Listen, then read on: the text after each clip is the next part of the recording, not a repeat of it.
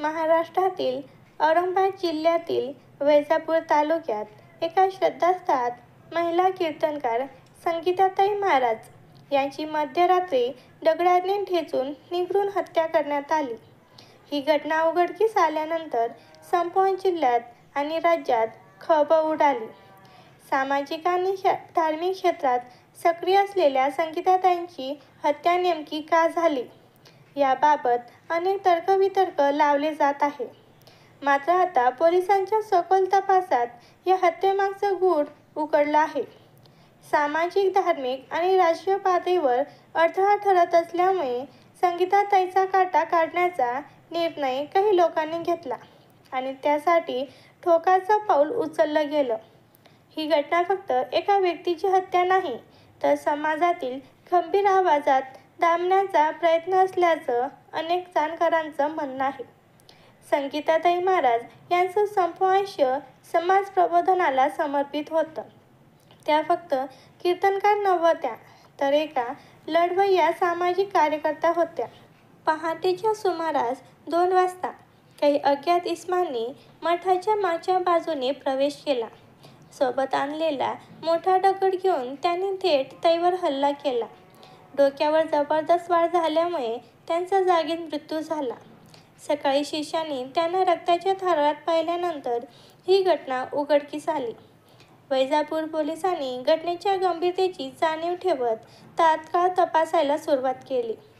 मठ परिसरातील CCTV footage, mobile tower location, शेजाऱ्यांचे phone records आणि स्थानिक साक्षीदार यांच्या मदतीने तपासाच्या धारांची विण बांधली गेली. 4 दिवसातच पोलिसांनी 3 संशयितांना ताब्यात घेतलं. त्यात एका ग्रामपंचायत सदस्याचा पुतणा, एक राजकीय कार्यकर्ता आणि एक पूर्वीचा गुन्हेगार यांचा समावेश आहे.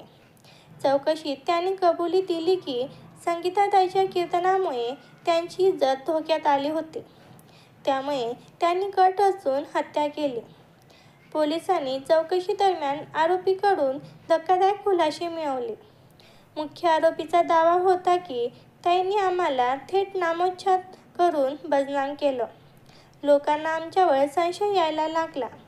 आमच्या राजकीय भवितव्याला धोका निर्माण झाला.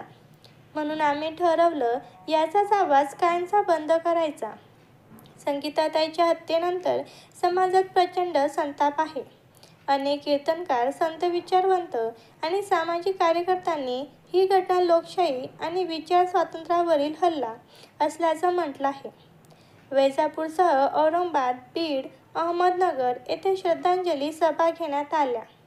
शेकडो महिलांनी मोर्चा काढून सत्य बोलण्याची हत्या थांबवा अशा घोषणा दिल्या.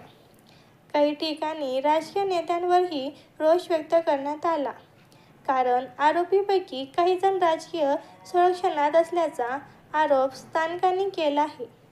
या हत्येनंतर राज्याचे गृहमंत्री, महिला व बालकल्याण मंत्री आणि मुख्यमंत्री एकाच मंचावर आहेत. त्यांनी पत्रकार परिषदेत सांगितले की संगीताताईच्या हत्येमागे कोणतेही राजकीय हस्तक्षेप खपवून घेतला जाणार नाही. लवकरच फास्ट ट्रॅक कोर्टात खटला सुरू केला जाईल. विशेष चौकशी समिती स्थापन करण्यात आली असून 30 दिवसात अहवाल सादर करण्याचे आदेश दिले आहेत. संगीताताई महाराज यांचं कार्य केवळ भक्तांपुरतं मर्यादित नव्हतं.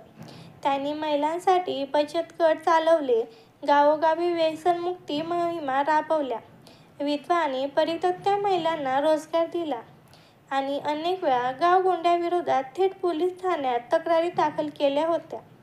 त्यांनी कीर्तन म्हणजे फक्त धर्मापदेश नाही, तर बदलाची चळवळ असली पाहिजे, असं ठामपणे मांडलं होतं. संगीताताई महाराज यांची हत्या ही केवळ एका व्यक्तीची नाही, तर विचारांची, निर्भीडपणाची आणि समाज प्रबोधनाची शक्तीची हत्या आहे. त्यांच्या मृत्यूनंतर त्यांचं कार्य अधिक व्यापक स्वरूप घेईल की त्यांच्या मृत्यूचा आवाज दबवला जाईल, हा प्रश्न संपूर्ण महाराष्ट्रासमोर आहे.